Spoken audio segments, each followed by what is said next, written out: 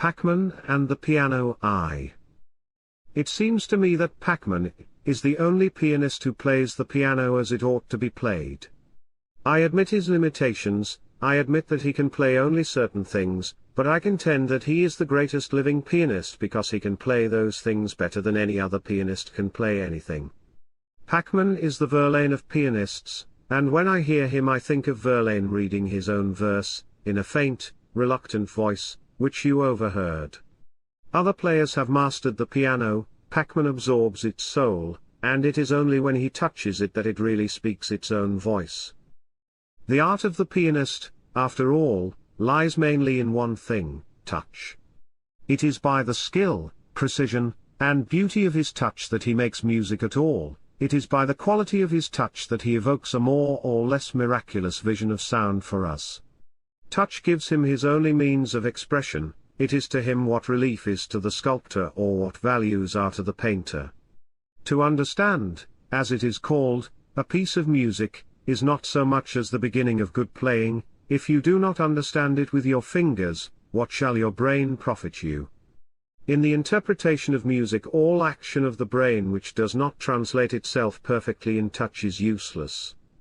You may as well not think at all as not think in terms of your instrument, and the piano responds to one thing only, touch.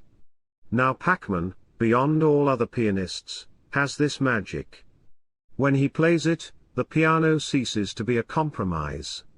He makes it as living and penetrating as the violin, as responsive and elusive as the clavichord.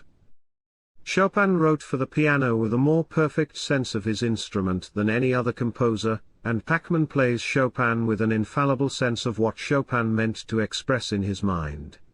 He seems to touch the notes with a kind of agony of delight, his face twitches with the actual muscular contraction of the fingers as they suspend themselves in the very act of touch.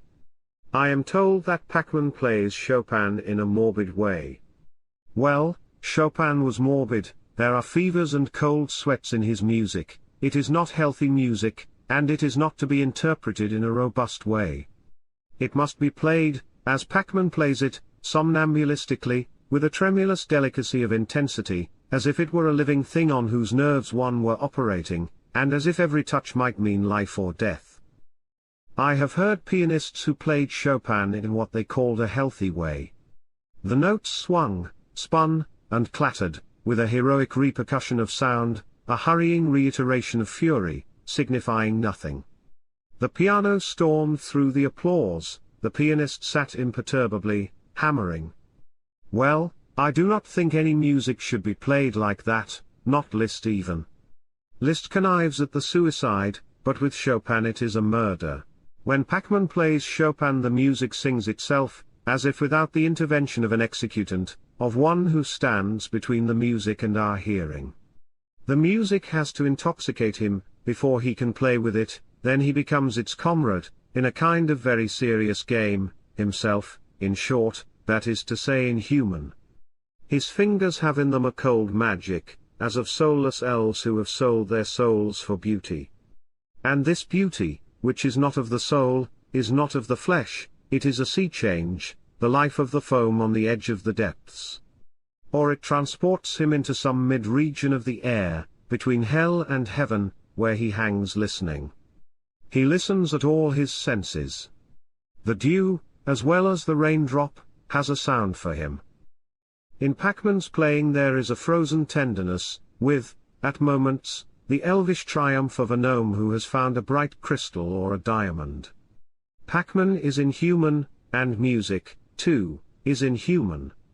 To him, and rightly, it is a thing not domesticated, not familiar as a household cat with our hearth. When he plays it, music speaks no language known to us, has nothing of ourselves to tell us, but is shy, alien, and speaks a language which we do not know. It comes to us a divine hallucination, chills us a little with its airs from heaven or elsewhere, and breaks down for an instant the two solid walls of the world, showing us the gulf. When Dolbear plays Chopin's Berceuse, beautifully, it is a lullaby for healthy male children growing too big for the cradle. Pac-Man's is a lullaby for fairy changelings who have never had a soul, but in whose veins music vibrates, and in this intimate alien thing he finds a kind of humor.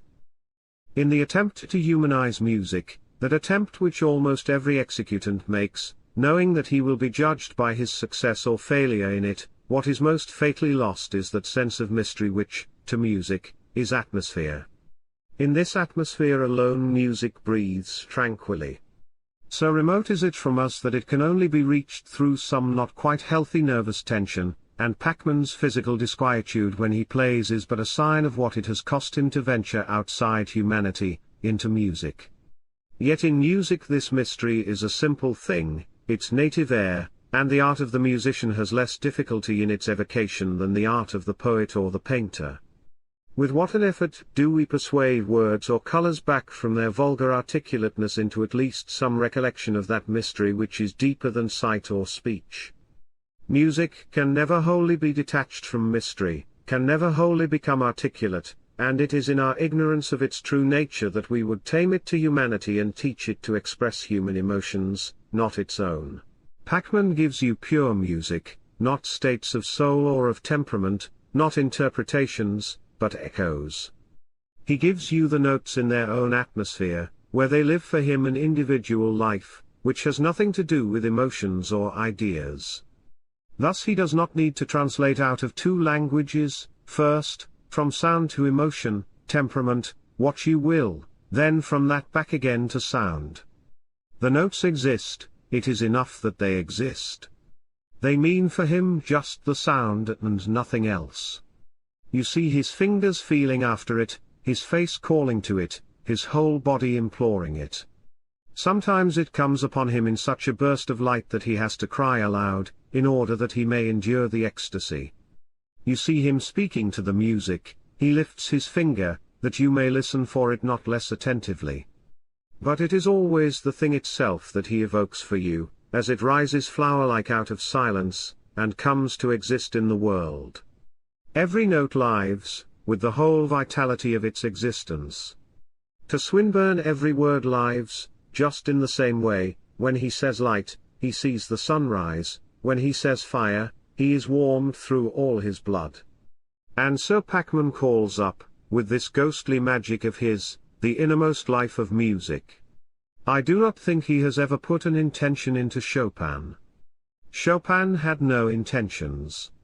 He was a man, and he suffered, and he was a musician, and he wrote music, and very likely George Sand, and Majorca, and his disease, and Scotland, and the woman who sang to him when he died, are all in the music, but that is not the question. The notes sob and shiver, stab you like a knife, caress you like the fur of a cat, and are beautiful sound, the most beautiful sound that has been called out of the piano. Pachman calls it out for you, disinterestedly, easily, with ecstasy, inevitably. You do not realize that he has had difficulties to conquer, that music is a thing for acrobats and athletes. He smiles to you, that you may realize how beautiful the notes are, when they trickle out of his fingers like singing water. He adores them and his own playing, as you do, and as if he had nothing to do with them but to pour them out of his hands. Pachman is less showy with his fingers than any other pianist. His hands are stealthy acrobats, going quietly about their difficult business. They talk with the piano, and the piano answers them. All that violence cannot do with the notes of the instrument, he does. His art begins where violence leaves off. That is why he can give you fortissimo without hurting the nerves of a single string, that is why he can play a run as if every note had its meaning. To the others a run is a flourish, a tassel hung on for display, a thing extra. When Pachman plays a run you realize that it may have its own legitimate sparkle of gay life. With him every note lives, has its own body and its own soul, and that is why it is worth hearing him play even trivial music like Mendelssohn's Spring Song or meaningless music like Taubert's Waltz. He creates a beauty out of sound itself and a beauty which is at the root of music. There are moments when a single chord seems to say in itself everything that music has to say. That is the moment in which everything but sound is annihilated, the moment of ecstasy, and it is of such moments that Pachman is the poet. And so his playing of Bach, as in the Italian concerto in F, reveals Bach as if the dust had suddenly been brushed off his music. All that in the playing of others had seemed hard or dry becomes suddenly luminous, alive, and, above all, a miracle of sound. Through a delicacy of shading, like the art of Bach himself for purity, poignancy, and clarity, he envelops us with the thrilling atmosphere of the most absolutely musical music in the world. The playing of this concerto is the greatest thing I have ever heard Pachmann do, but when he went on to play Mozart I heard another only less beautiful world of sound rise softly about me. There was the glittering peace undimmed, and there was the nervous spring, the diamond hardness, as well as the glowing light and ardent sweetness. Yet another manner of playing, not less appropriate to its subject, brought before me the bubbling flow, the romantic moonlight, of Weber, this music that is a little showy, a little luscious, but with a gracious feminine beauty of its own. Chopin followed, and when Pachmann plays Chopin it is as if the soul of Chopin had returned to its divine body, the notes of this sinewy and feverish music, in which beauty becomes a torture and energy pierces to the center and becomes grace, and languor swoons and is reborn a winged energy. The great third scherzo was played with grandeur, and it is in the scherzos perhaps, that Chopin has built his most enduring work. The Bar Carol, which I have heard played as if it were Niagara and not Venice, was given with perfect quietude, and the second Mazurka of Opus 50 had that boldness of attack, with an almost stealthy intimacy in its secret rhythms, which in Pachmann's playing, and in his playing alone, gives you the dance and the reverie together.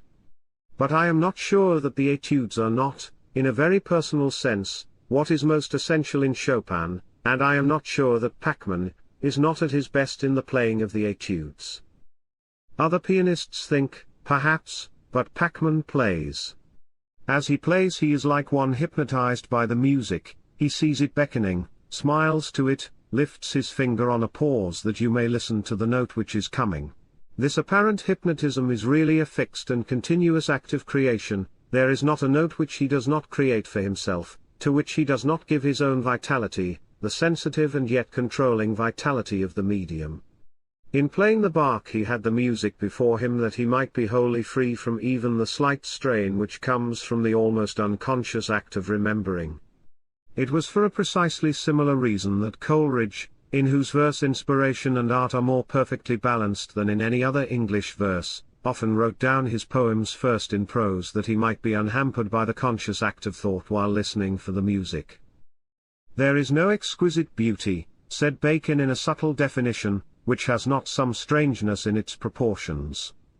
The playing of Pachmann escapes the insipidity of that beauty which is without strangeness, it has in it something fantastically inhuman, like fiery ice, and it is for this reason that it remains a thing uncapturable, a thing whose secret he himself could never reveal. It is like the secret of the rhythms of Verlaine, and no prosodist will ever tell us why a line like Dans un palais, soit or, dans équitaine, can communicate a new shiver to the most languid or the most experienced nerves. Like the art of Verlaine, the art of Pachmann is one wholly of suggestion, his fingers state nothing, they evoke. I said like the art of Verlaine, because there is a singular likeness between the two methods. But is not all art a suggestion, an evocation, never a statement?